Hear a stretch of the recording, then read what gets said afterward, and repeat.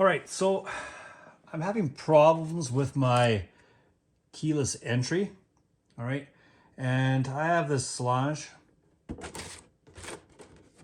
Deadbolt. All right, so you punch in your numbers and turn it, and it's great.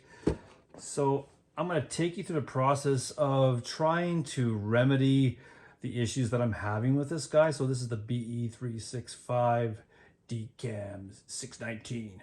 So anyways, so what I'm having problems with is when I have it locked, punch in my code and I turn it to unlock it, and it's kind of just spinning, right? It's not really engaging, and particularly when it's cold out. So I'll take you through the process that I'm going through right now. All right, let's get to it. I'm gonna take this thing apart and see what's wrong with it. So let's just open it up and let's see if we can see what's wrong.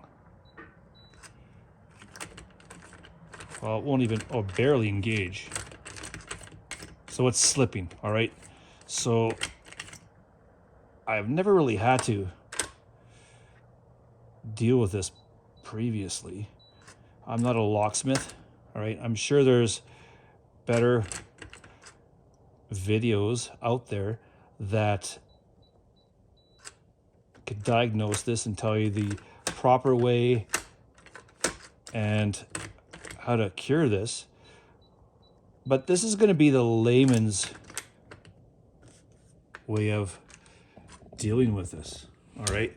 This is everyday Joe, what you have on hand, all right? So let's get to it. All right, so I'm just gonna take off the interior housing. I'm not really sure what I'm looking for at the present time, but I just want to get in there, right? Let's check the battery out, all right? So that would be the first thing I'm gonna check. Since I've moved in, I haven't replaced the battery, so this could probably be the leading culprit. So let's check it out. So I'm just gonna test this battery that was in the lock itself. All right, so it's just a simple 9-volt battery. All right, so I turned it to DC voltage. All right, so let's check the voltage and see if this battery is any good to begin with. All right, so that's 7.9. That's pretty low. All right, so is that the reason for the slippage? Let's see. Let's test a battery that I had to actually scavenge from a ceiling fan remote and see what this is at. Well, 9.5. So let's plug this guy in and see how it does. All right, so let's plug this new battery in and see if I can get a better response off this deadbolt. All right.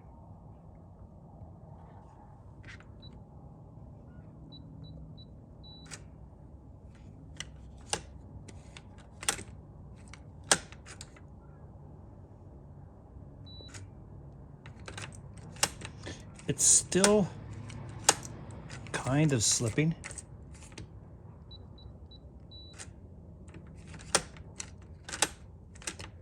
Not as much as before. So let's dig a little deeper and see what the main issue is.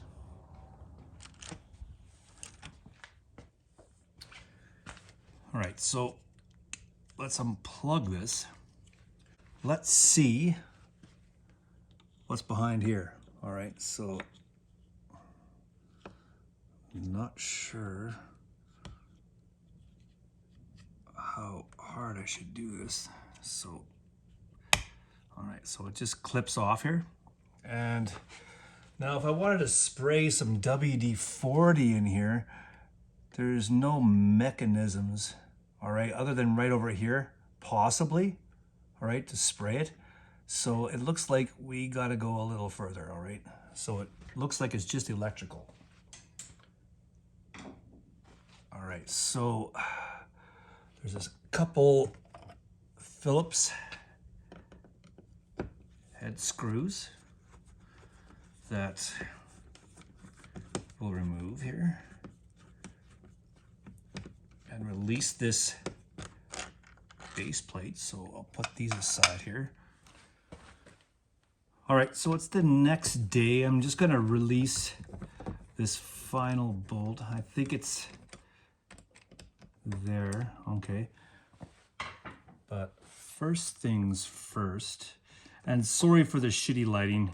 I'm getting some serious backlighting from the daylight here. All right, so I'm gonna take that off, and this is gonna be fed through this little hole right here. So now, what I'm gonna do is see if this removes. Okay, so I have no idea if this is coming through on video here. I'm pushing that connector through so it separates. All right, there we go. All right, so these are the three pieces that we have disassembled currently. All right, so this is the faceplate of the deadbolt on the interior, okay? And this is the mechanism plate base for the interior as well, okay? This is where the battery goes into. And this is the exterior, all right? So I'm going to take these 6 screws out, all right, and here you are, T15, I think. All right, so we're gonna take these guys out. So there is 1, 2, 3, 4, 5, 6 screws. I'm not gonna bore you with watching me take these out. All right, now that we have all of the 6 screws removed, I'm just gonna separate the faceplate from the mechanism, all right? And I'm just gonna put this to the side for now, and we want to remove this next plate right here, and there's 2 screws right over here, and these are T10, I believe.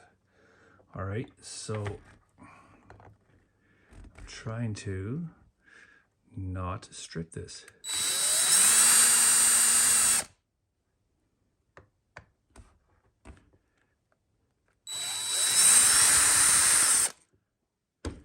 All right. Now, let's have a look what we're dealing with here, okay? I'm gonna put this to the side. All right, so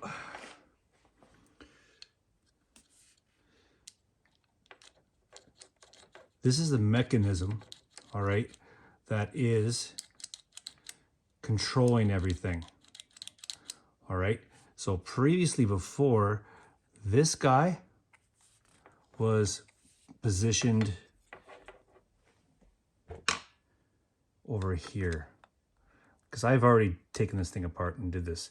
This guy was positioned over here, so it wasn't allowing the solenoid to push this mechanism down, okay? And this has to be totally horizontal.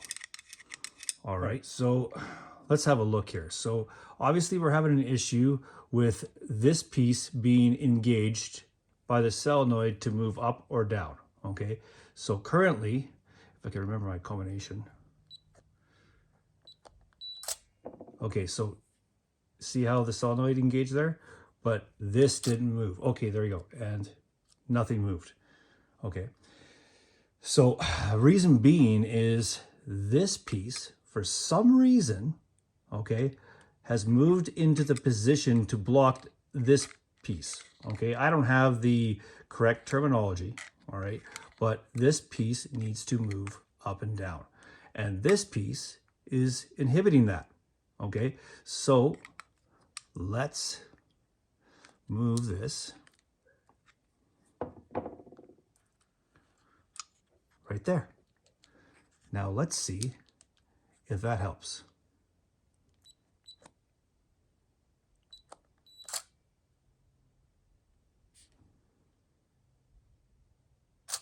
There you go.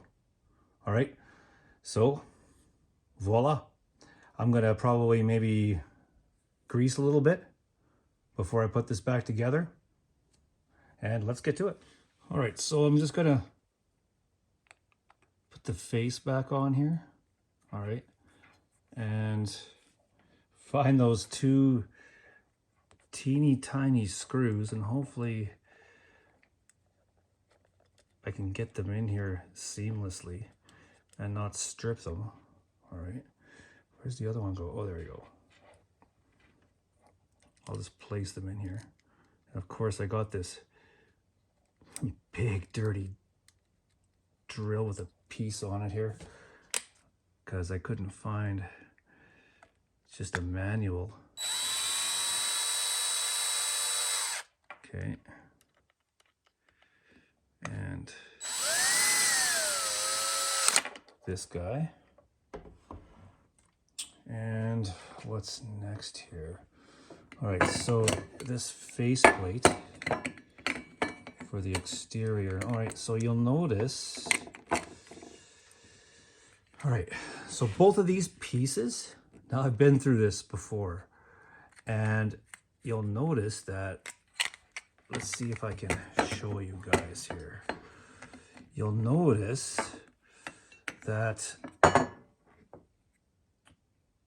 this slot matches this, but this slot doesn't match this. Now you think, okay, well, can this turn? Well, yeah, it turns, but then you're gonna have to match the slot. Now, does this turn? Well, this doesn't turn. Okay, so this is not going to line up. You can see where it's not going to line up. So it's going to line up with this, okay, but it's not going to line up with this, obviously. So, well, I got to turn this now. All right, well, why doesn't this turn? Right? Okay, this is what messed me up, and I rooted through the house, and oh my God, because you need the key. Now, if somebody knows of a different method, all right, no, hopefully this key gets in here. So you need the key to turn it and line it up. So now we're gonna put this here, okay? And then we're gonna line it up. See, now you can see how it lines up. Whoops, I got this upside down. Here we go. Ay, ay, ay. Anyways, I'll line it up the best I can, like this. And there we go. Right. And I'll put these 6 screws back in. All right, so I got all 6 screws attached. Now I'm going to feed the deadbolt mechanism into the deadbolt, if I can find it here. Okay, there we go. And I got to feed the cord in here as well, through the top here. Hopefully this is coming through here. All right. And now I'll fit this guy through here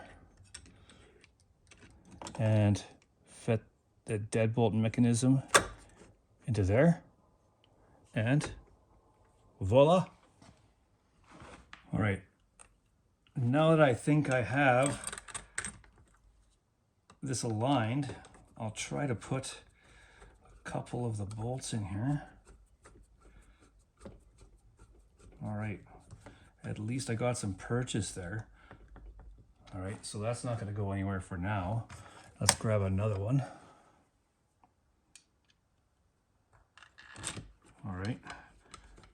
slide this guy in here.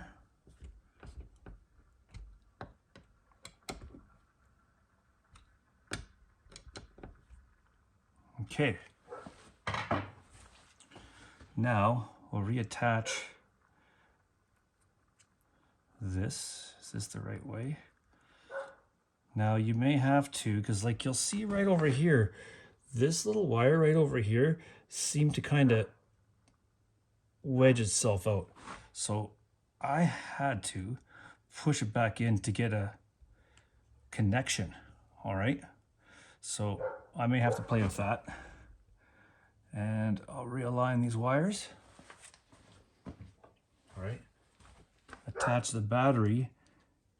We should be hearing a beep. That's good. All right. Now let's see if this works. Let's engage the combo.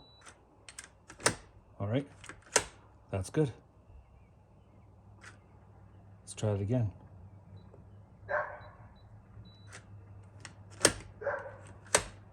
Well, that seemed to solve the issue.